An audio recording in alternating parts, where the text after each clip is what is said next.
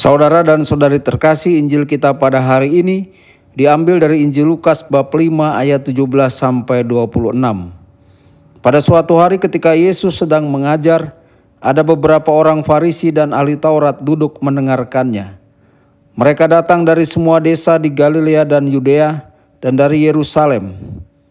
Kuasa Tuhan menyertai Yesus sehingga ia dapat menyembuhkan orang sakit. Maka datanglah beberapa orang mengusung seorang lumpuh di atas tempat tidur. Mereka berusaha membawa dia masuk dan meletakkannya di hadapan Yesus. Tetapi karena banyaknya orang di situ, mereka tidak dapat membawa masuk. Maka mereka naik ke atas rumah dan membongkar atap itu. Kemudian mereka menurunkan si lumpuh ke tengah-tengah orang banyak tepat di depan Yesus. Ketika Yesus melihat iman mereka, berkatalah ia, "Hai saudara, dosamu sudah diampuni." Tetapi ahli-ahli Taurat dan orang-orang Farisi berpikir dalam hati, "Siapakah orang yang menghujat Allah ini? Siapa dapat mengampuni dosa selain Allah sendiri?" Akan tetapi Yesus mengetahui pikiran mereka, lalu ia berkata kepada mereka, "Apa yang kalian pikirkan dalam hati? Manakah lebih mudah mengatakan dosamu sudah diampuni atau mengatakan bangunlah dan berjalanlah? Tetapi supaya kalian tahu bahwa di dunia ini Anak Manusia berkuasa mengampuni dosa." Lalu Yesus berkata kepada si lumpuh, "Aku berkata kepadamu, bangunlah, angkatlah tempat tidurmu dan pulanglah ke rumah." Seketika itu juga bangunlah orang itu di depan mereka, lalu mengangkat tempat tidurnya dan pulang ke rumahnya sambil memuliakan Allah. Semua orang takjub lalu memuliakan Allah. Mereka amat takut dan berkata, "Hari ini kita telah menyaksikan hal-hal yang sangat menakjubkan." Demikianlah sabda Tuhan, terpujilah Kristus.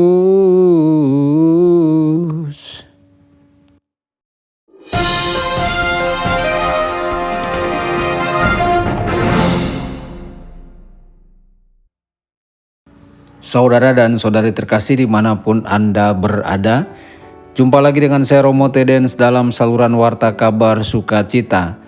Semoga Anda semua dimanapun berada senantiasa dalam keadaan sehat dan bahagia. Orang-orang Farisi duduk di depan Yesus menyaksikan dia menyembuhkan orang sakit. Sebelumnya mereka telah melihat banyak mujizat lainnya. Tetapi terlepas dari apa yang mereka lihat, mereka tidak dapat membuat diri mereka percaya kepada Yesus. Keajaiban demi keajaiban tidak bisa mengubah pikiran mereka. Yesus memutuskan untuk memberi mereka mujizat yang menentukan agar mereka percaya. Dia memutuskan untuk menyembuhkan orang lumpuh, untuk menunjukkan kekuatannya untuk mengampuni dosa. Karena penyakit bagi orang Farisi adalah tanda dosa, mereka seharusnya siap menerima pesan penyembuhan dan pengampunan Yesus. Tetapi mereka terlalu sibuk mencari rencana mereka sendiri dan melindungi kehormatan mereka untuk melihat kemurahan Tuhan yang penuh kasih di balik apa yang mereka saksikan. Saudara-saudari, seberapa sering kita ingin Tuhan memberi kita tanda agar kita bisa mengikuti rencananya, dan seberapa sering kita tidak terbuka terhadap apa yang Dia katakan kepada kita karena kita terlalu berfokus untuk mencapai rencana kita. Saudara-saudari, orang lumpuh tidak memerlukan tanda-tanda. Dia percaya Yesus dapat membantunya. Imannya begitu kuat sehingga dia tidak akan membiarkan kesulitan mengalahkannya. Dia tidak bisa berjalan sehingga dia menemukan seseorang untuk menggendongnya. Ketika dia tiba, dia tidak bisa mendapatkan Yesus. Jadi orang-orangnya membawanya masuk melalui atap. Dia bertekad untuk melihat Yesus karena dia tahu apa yang Yesus dapat lakukan untuknya. Imannya begitu kuat sehingga menggerakkan dia untuk bertindak. Dia memiliki iman yang hidup, yang jauh melampaui gagasan belaka.